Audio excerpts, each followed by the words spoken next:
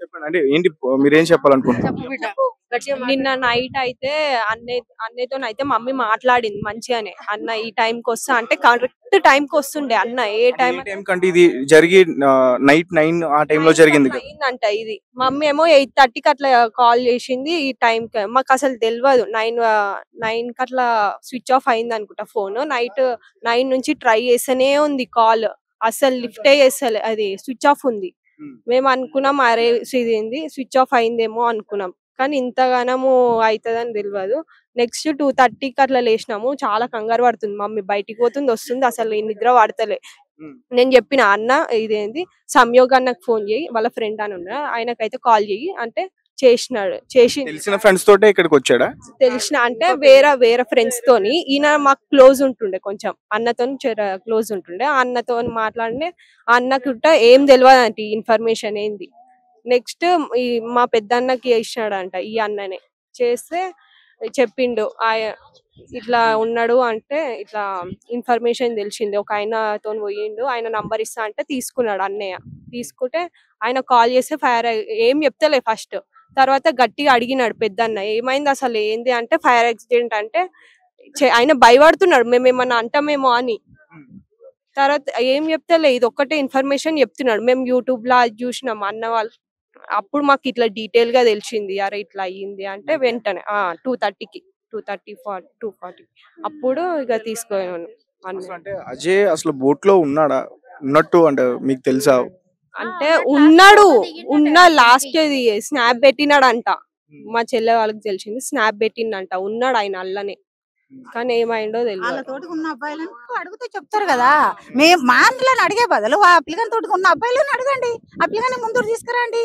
ఆ ఇద్దరు పిల్లలు ఉన్నారు కదా, వాళ్ళిద్దరు తీసుకొచ్చి ముందట పెడితే మాకు ఉన్నాడా లేడా మీ ఎంబడి లేడా వాళ్ళే చెప్తారు కదా. ఆ పిల్లల్ని ఎక్కడో పెట్టేసి వాళ్ళు ఉన్నారని చెప్తారు.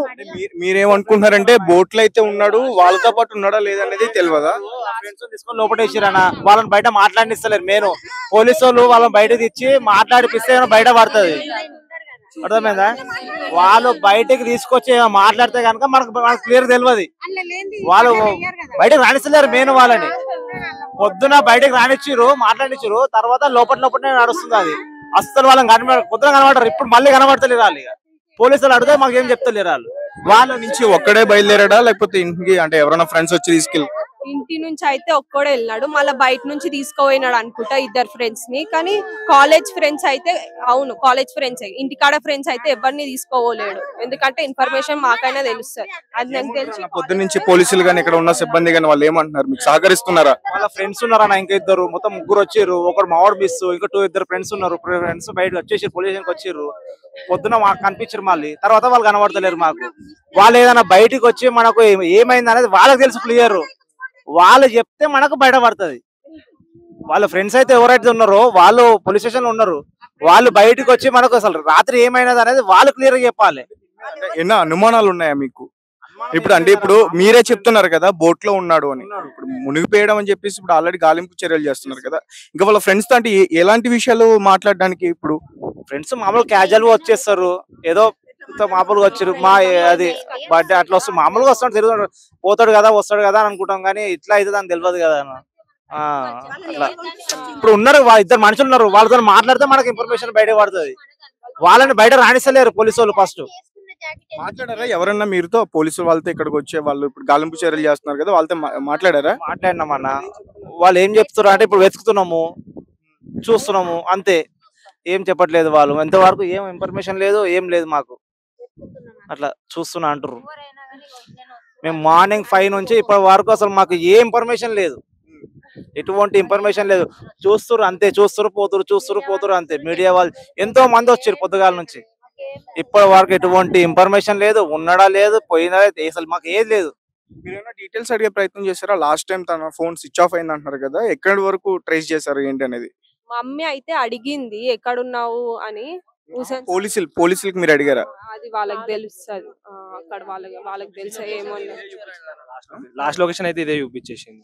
ట్రై చేసినప్పుడు అయితే పోలీస్ వాళ్ళు అయితే అంకుల్ వాళ్ళు అయితే ఇదే చెప్పినారు. ఈ ట్యాంక్ బండ్ల పొద్దున్న నుంచి మార్నింగ్ మిడ్ నైట్ నుంచి ఏం లేదన్న, ఇంత స్లో అవుతుంది ప్రాసెస్. ఇంకా ఇంత ఫాస్ట్ మా క్లోజ్ ఫ్రెండ్ చిన్నప్పటి నుంచి మా ఫ్రెండ్ ఇంకా ఇంకా అవుతుంది కానీ ఏమైతుంది మాకు ఇక్కడ నుంచి వాళ్ళు తిరుగుతున్నట్టు అనిపిస్తుంది కానీ ఇంకా బాడీ ఏం తెలుస్తలేదు మాకు. ఉన్నాడా లేడా ఏమని తెలిస్తే మాకు కూడా కొంచెం ప్రశాంతంగా అయితే ఉంటాం కదా అన్న. ఏదో ఒకటి పోనీ హాస్పిటల్లో ఉన్నాడా అంటే హాస్పిటల్లో కూడా వెతికినా ఎక్కడ రిజిస్టర్ కాలేదు. కొంతమందిని యశోద హాస్పిటల్ కి, గాంధీ హాస్పిటల్ కి తీసుకెళ్లారు కదా, సో అక్కడ మీరు ఎంక్వైరీ చేసుకున్నారా? ఎంక్వైరీ చేసి అన్ని హాస్పిటల్స్ తిరిగిరు మా ఫ్రెండ్స్. ఇద్దరు ఫ్రెండ్స్ ఉంటే నైట్ వాళ్ళు తిరిగినారు, అన్ని హాస్పిటల్ తిరిగినా ఎక్కడ దొరకలేదు. బీటెక్ ఫ్రెండ్స్ వాళ్ళు కూడా వచ్చినారు, వాళ్ళు తిరిగినారంటే ఎవరు మాకు ఎర్లీ మార్నింగ్ తెలిసింది. మేము ఎర్లీ మార్నింగ్ వచ్చేసినాం కానీ ఏం తెలుస్తలేదు. పొద్దున్న నుంచి ఇదే నడుస్తుంది. ఇట్లనే అందరు వాళ్ళు వస్తున్నారు, పోతున్నారు, అడుగుతున్నారు, వెళ్ళిపోతున్నారు, అంతే. ఏం తెలుస్తలేదు అన్న. దాంతో పాటు అసలు ఎంతమంది ఫ్రెండ్స్ ఉన్నారు బోట్ లో? ఎంతమంది ఉన్నారు? బీటెక్ ఫ్రెండ్స్, ఇద్దరు బీటెక్ ఫ్రెండ్స్. మేము స్కూల్ ఫ్రెండ్స్, వాళ్ళు బీటెక్ ఫ్రెండ్స్. వాళ్ళతో వచ్చిండంట. వాళ్ళు అక్కడ నుంచి డైరెక్ట్ ఏమంటారంటే స్పీడ్ బోట్ తోనే వచ్చిరంట. అక్కడ నుంచి ఎక్కడ నుంచి లుమ్ని పార్క్ నుంచి వేరే బోట్ నుంచి వాళ్ళని పర్మిషన్ అడిగినంట, ఇట్లా ఎక్కవచ్చు అంటే వాళ్ళు ఎక్కినిచ్చిరంట. మరి అక్కడ ఎవరో ఇన్ఫ్లుయెన్స్ ఉన్నారంట, ఎక్కిరు. ఇక వీళ్ళు ఎక్కి కూర్చున్నారంట, ఈ యాక్సిడెంట్ అయిందంట. సార్ దాదాపు ఇన్సిడెంట్ జరిగి 16 గంటలు అవుతుంది. ఇప్పటి వరకు కూడా ఎటువంటి ఆచూకీ గానీ మనకి ఏం తెలియలేదు. అంటే పూర్తిగా ఎవరి నిర్లక్ష్యం అనుకోవచ్చు? ఇది కేంద్ర ప్రభుత్వ నిర్లక్ష్యం, టూరిజం డిపార్ట్మెంట్ నిర్లక్ష్యం, మున్సిపల్ డిపార్ట్మెంట్. ఎందుకంటే ఇంత పెద్ద డెవలప్మెంట్ అయిన మన హైదరాబాద్లో ఎన్నెన్నో హైటెక్ సిటీలు అవి అన్నప్పుడు ఒక 10 మంది గజయితగాలను తెచ్చి అక్కడికి వెళ్తూ వెతికిపించి ఎక్కడ అది సరి అయిన చర్య. కానీ 2 బోట్ల మీద తిరుగుతున్నారు, వాళ్ళు పట్టుకొస్తున్నారు, తిరుగుతున్నారు. అంటే ఎట్లా? అది షికారు చేస్తురా? వాళ్ళు సరదాగా తిరుగుతురా? ఈ ముగ్గురు పిల్లలు ఉంటే ఇద్దరు వాళ్ళ ఫ్రెండ్స్ బయట పడ్డారు. వాళ్ళని కూడా పోలీసు కస్టడీకి తీసుకొని ఆ పిల్లని అన్నారు ఆ బోట్లోనే కూర్చుని ఎక్కడ పడ్డారు అంటే ఆయనకి ఏం తెలుస్తుంది?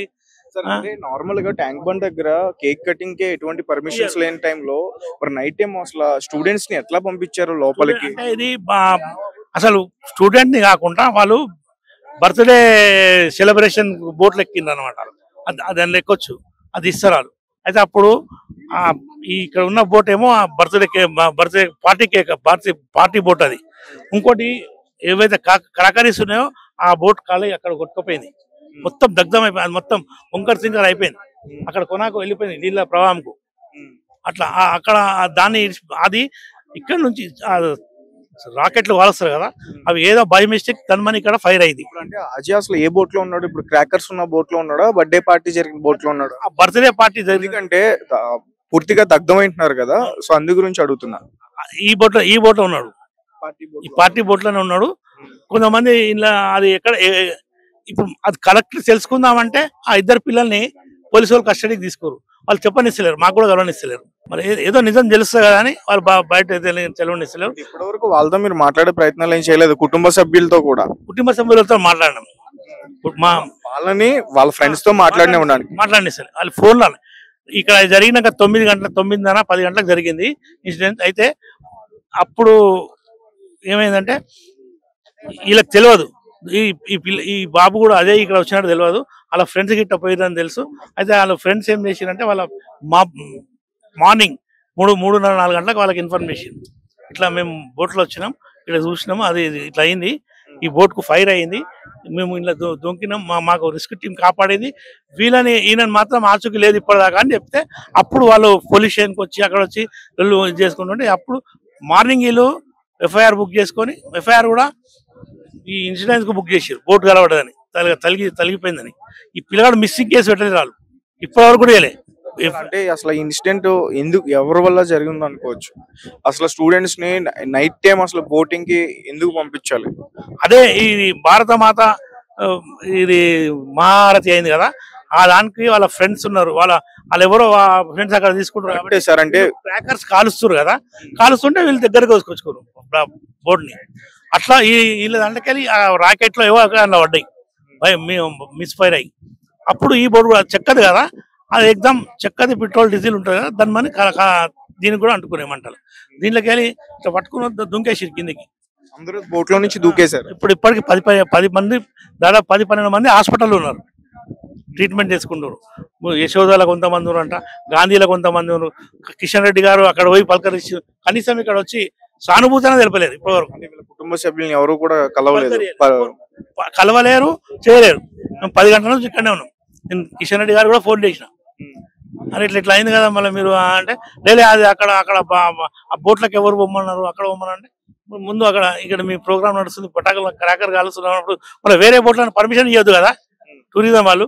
ఈ టూరిజం వాళ్ళకు అసలు ఇది పర్మిషన్ ఏ రకంగా ఇచ్చారు?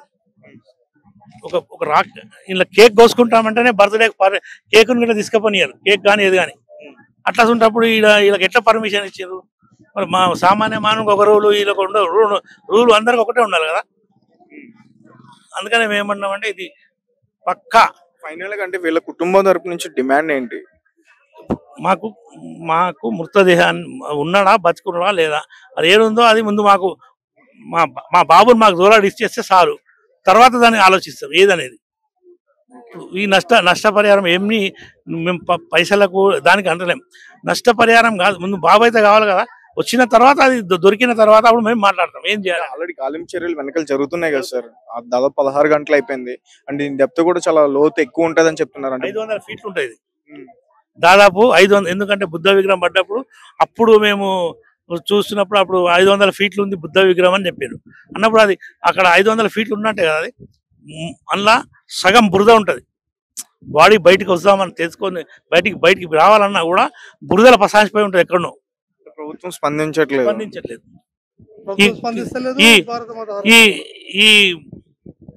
ఇప్పుడు ఇక్కడైనా గవర్నమెంట్ ప్రభుత్వం ఈ టూరిజం డిపార్ట్మెంట్ కానీ కిషన్ రెడ్డి గారు కానీ దీని మీద తొందరగా చర్యలు తీసుకొని మా బాడీ ఏదో మాకు ఇచ్చేస్తే మేము వాళ్ళకు ధన్యవాదాలు చెప్తాం. Thank you. సో ఇది పరిస్థితి. దాదాపు 12 గంటలు నడుస్తున్నా కానీ ఇప్పటి వరకు అయితే అజయ్ యొక్క ఆచూకీ అయితే తెలియలేదు. ఇలా కుటుంబ సభ్యులు అయితే ఇక్కడ రోదన చేస్తున్నారు. సో చూద్దాం, ఇంకా గాలింపు చర్యలు అయితే చేస్తున్నారు. మరి కొద్దిసేపట్లో